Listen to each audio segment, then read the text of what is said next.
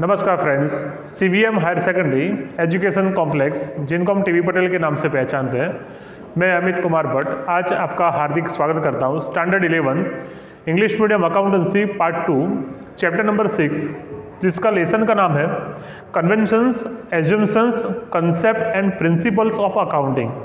Friends, ये जो lesson है वो उसको पूरा टोटल थियरी लेसन इसके अंदर दिया गया है यहाँ पर, और पूरी थियरी हमें याद करनी है। जब भी एग्जाम रिलेटेड हम बात कर रहे हैं तो उसके अंदर कई बार इसका वेटेज जो 3 या 5 मार्क्स के अंदर दिया गया यहाँ पर, तो यहाँ पर कंसेप्ट किस प्रकार के होते हैं, एज्यूम्शंस किस प्रकार से हो सकते हैं और प्रिंसिपल्स किस प्रकार के हैं, यहाँ पर वही बात यहाँ पर दे रखी है। यहाँ पर तो काफ़ी सारे यहाँ पर कंसेप्ट जो है यहाँ पर उसको हमें क्लियर करना है, काफ़ी सारे एज्यूम्शंस हम कर रहे हैं उसको भी क्लियर करना है, बहुत सारे प्रिंसिपल्स जो दे रखे हैं उसको भी हमें यहाँ पर डाउट हो तो उसको हमें सॉल्यूशन करना है यहाँ पर। तो एक्चुअली ये लेसन क्या है और इसके किस प्रकार के हम बात करने वाले हैं वो पहले हम डिस्कशन कर लेते हैं। तो फ्रेंड्स, आपको पता है कि जब भी हमने अकाउंट पढ़ना स्टार्ट किया तो आपको पता है कि अकाउंट जो होता है उसके अपने खुद के प्रिंसिपल्स होते हैं। जैसे कि साइंस होता है तो साइंस के अपने खुद के प्रिंसिपल्स होते हैं, वैसे ही अकाउंटेंसी जब हम सीख रहे हैं तो उसके भी अपने खुद के प्रिंसिपल्स बने हुए हैं, रूल्स बने हुए हैं, उसके रेगुलेशंस बने हुए हैं। तो उसी रूल्स के ऊपर, उसी रेगुलेशंस के ऊपर ही हम अकाउंट पूरे साल के अंदर हम प्रिपेयर करते हैं। तो किस प्रकार के कंसेप्ट इसके अंदर आएंगे, हम कौन से बेस पर हम सीखने वाले हैं, वो सभी बातें यहाँ पर दे रखी है। फ्रेंड्स, हमने जब भी स्टार्ट किया था तब आपको पता है कि जैसे हमें पता था कि ड्यूअल इफेक्ट्स, कोई भी एक हम ट्रांजेक्शंस लेते थे, like ₹1000 goods purchase from Ramesh भाई, राइट। तो ये जो हमारा ट्रांजेक्शंस था तो उसका जनरल हमने बनाई थी कि जैसे कि ड्यूअल इफेक्ट्स इस प्रकार थे, भाई रमेश भाई अकाउंट और परचेज अकाउंट। तो इस प्रकार से हम जो इफेक्ट देते थे, चाहे हमने ड्यूअल इफेक्ट्स निकाली, ड्यूअल इफेक्ट्स के बाद हमने, आपको पता है कि जैसे कि हमने उसको टाइप्स में कन्वर्ट किया कि personal account, real account, nominal account, और उसके रिलेटेड जो डेबिट और क्रेडिट के जो रूल्स थे वो आपको ये सिखाए थे, वो आपको याद होंगे। Debit what comes in, credit what goes out, expenses and जो हमारे लॉस थे उसको हम डेबिट कर रहे थे, और उस प्रकार के बहुत सारे डिस्कशन हमने ड्यूरिंग द ईयर हमने सीखे थे। साथ साथ में हमने सब्सिडी बुक्स प्रिपेयर की, कैश बुक हमने बनाया था, साथ साथ में लेजर पोस्टिंग किया। लेजर पोस्टिंग के बाद हमने उस अकाउंट को क्लोज किया, अकाउंट क्लोज करने के बाद हमने बैलेंसेस निकाली, उस बैलेंसेस को हमने ट्रायल बैलेंस के अंदर इफेक्ट दी, और ट्रायल बैलेंस को साथ में जोड़ते हुए हमने लास्ट जो 5-6 वीडियो सीखे थे उसके अंदर हमने फाइनल अकाउंट भी हमने प्रिपेयर किए थे, जिसके अंदर trading account, profit and loss account, चाहे बैलेंस शीट हो, उस प्रकार के एडजस्टमेंट किस प्रकार के थे, वो सभी बातें ड्यूरिंग द ईयर हमने वीडियो के माध्यम से आपके साथ शेयर किया था। लेकिन वो सभी बातें, चाहे लेसन फर्स्ट से लेके अभी तक की जो बात थी वो इस लेसन के ऊपर रिलेटेड थी। आपको पता था, जैसे हमने सीखा था रेक्टिफिकेशन के अंदर कि प्रिंसिपल्स ऑफ एरर, है ना। हमें पता है कि गुड्स परचेज करते हैं तो हमें परचेज अकाउंट में डेबिट करना होता है, लेकिन जब मशीनरी परचेज करते हैं तो हमें मशीनरी अकाउंट को डेबिट करना रहता है। यहाँ पर ये किसने सिखाया, मैंने या हमने अकाउंट ने? तो मुझे भी जो पता चला वो अकाउंटिंग के प्रिंसिपल से ने बताया कि भाई इस प्रकार के इफेक्ट हम दे सकते हैं। तो ये एरर्स थे हमारे प्रिंसिपल्स की। तो ऐसी बहुत सारी जो बातें होती है वो बहुत सारी, हम कह सकते हैं कि गुजराती में बोल सकते हैं, धारणाओं कही शिकाय कि इस प्रकार से बहुत सी एज्यूम्शंस हो सकते हैं, कन्वेंशंस हो सकते हैं, कंसेप्ट हो सकते हैं। तो उसके बेस पर ही हम पूरा अकाउंट प्रिपेयर करते थे, है ना। तो हमारी टेक्स्ट बुक के अंदर बहुत सारे एज्यूम्शंस दे रखे हैं, कंसेप्ट दे रखे हैं, तो उसमें से टोटल 14 एज्यूम्शंस या कंसेप्ट हमें यहाँ पर अकाउंट से रिलेटेड वहाँ पर दे रखे थे। लेकिन जैसे जैसे टाइम मिलता चलता है, हमारे जितना बस टाइम दे रखा है उस हिसाब से हम उसी प्रिंसिपल्स को या कंसेप्ट्स को या एज्यूम्शंस को हम आपके साथ शेयर करेंगे।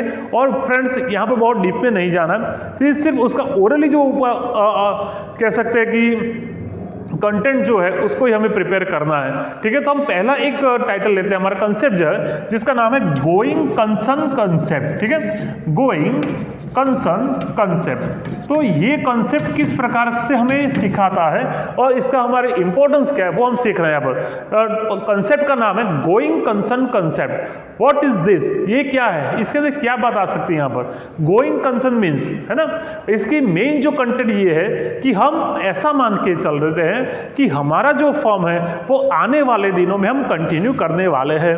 जैसे कि एक सिंपल सा एग्जांपल आपको देता हूं कि फ्रेंड्स हम ऐसा मान ले कि कोई एक ओनर जो होता है यहाँ पर, जो बिजनेसमैन है, वो कोई एक फॉर्म स्टार्ट कर रहा है, चाहे वो कंप्यूटर की शॉप स्टार्ट कर रहा है, चाहे ग्रोसरी की कर रहा है यहाँ पर, चाहे कुछ भी स्टार्ट कर रहे हैं, तो लेकिन उसके दिमाग में ये रहता है कि ये जो फॉर्म है मैं आने वाले दिनों में 5 साल 10 साल 20 साल या 50 साल या एक पीढ़ी, एक जनरेशन से दूसरी जनरेशन तक ये मेरा फॉर्म कंटिन्यू होने वाला है।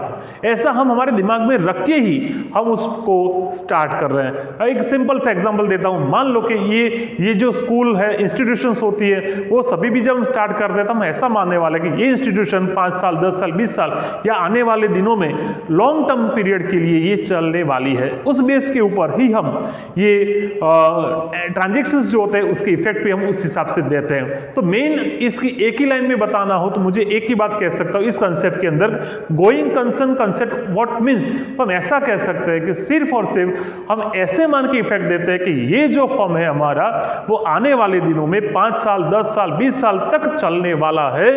उसी बेस के ऊपर ही हम पूरे ट्रांजेक्शंस की इफेक्ट देते हैं। राइट, तो ये हमें पता चला गोइंग कंसर्न कंसेप्ट से।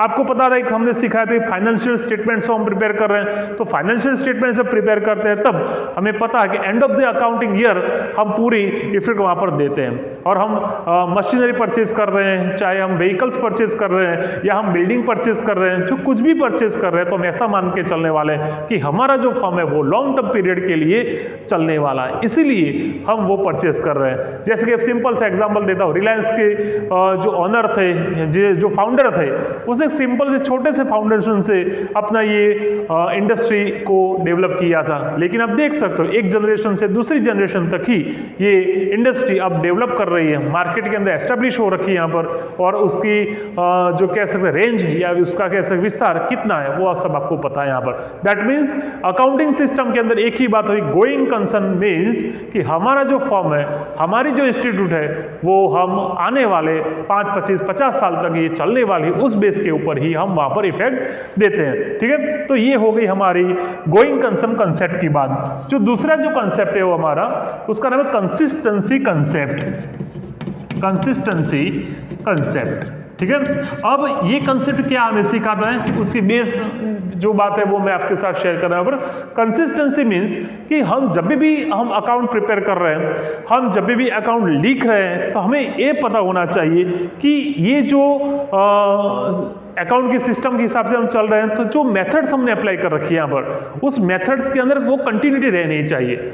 हाँ, एक सिंपल सा आपको एग्जांपल देता हूँ कि आपको पता है कि जैसे भी हमने डेप्रिसिएशन अकाउंट हमने सॉल्व किया था, तब आपको पता है कि जी मशीनरी जो थी हमारे पास, उसके ऊपर बहुत सारे टाइप्स के हिसाब से डेप्रिसिएशन काउंट करते हैं। जैसे कि आपको पता है कि स्ट्रेट लाइन मेथड से भी हम सॉल्व कर सकते हैं, रिड्यूसिंग बैलेंसिंग मेथड से भी हम सॉल्व कर सकते हैं। तो आपके फर्म के अंदर या आपकी कंपनी के अंदर आपने जो मशीनरी ले रखी है या मशीनरी परचेज कर रखी है, तो आप कौन सी मेथड से आप उसके ऊपर डेप्रिसिएशन काउंट करने वाले हो, ये कहती है कंसिस्टेंसी कंसेप्ट। राइट, पहले साल आपने मान लो कि स्ट्रेट लाइन मेथड से आपने अप्लाई किया मशीनरी के ऊपर डेप्रिसिएशन काउंट करना, और दूसरे साल आपने फिर से रिड्यूसिंग बैलेंस मेथड से आप कर रहे हो, तो this is not a continuity between the depreciation on machinery. Right, we have continue only first method और सेकंड मेथड। राइट, तो कंसिस्टेंसी मेथड जो होती है, कंसिस्टेंसी रहनी चाहिए, यानी गुजराती में कह सकते हैं एक सूत्रता होनी चाहिए, कंसिस्टेंसी होनी चाहिए,